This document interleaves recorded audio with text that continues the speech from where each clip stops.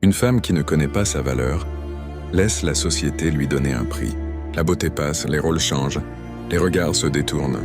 Mais la valeur intérieure, elle, se construit par la conscience, le respect de soi et les limites posées.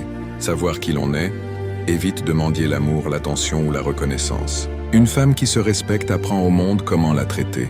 Choisir sa liberté mentale avant l'approbation sociale. On attend souvent d'une femme qu'elle soit douce, silencieuse, compréhensive, même quand elle souffre. Mais vivre pour plaire est une prison déguisée en vertu. Penser par soi-même, dire non sans culpabilité, oser être différente.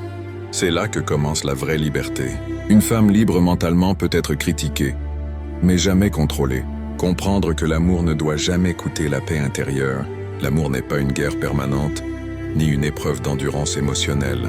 Aimer ne signifie pas s'oublier, se réduire ou se briser pour être choisi. Tout amour qui détruit l'estime de soi n'est pas de l'amour. C'est une dépendance. Une femme doit apprendre à partir là où elle n'est plus respectée, même si son cœur hésite. Investir dans son esprit autant que dans son apparence. Le monde applaudit souvent l'image, mais respecte la profondeur.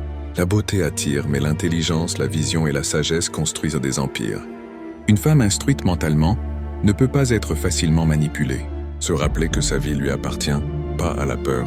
La peur de décevoir, d'échouer, de vieillir, d'être seule. Combien de rêves féminins sont morts non par manque de talent, mais par excès de peur. Oser est plus risqué que subir, mais infiniment plus vivant. Une femme qui choisit sa voie inspire sans parler.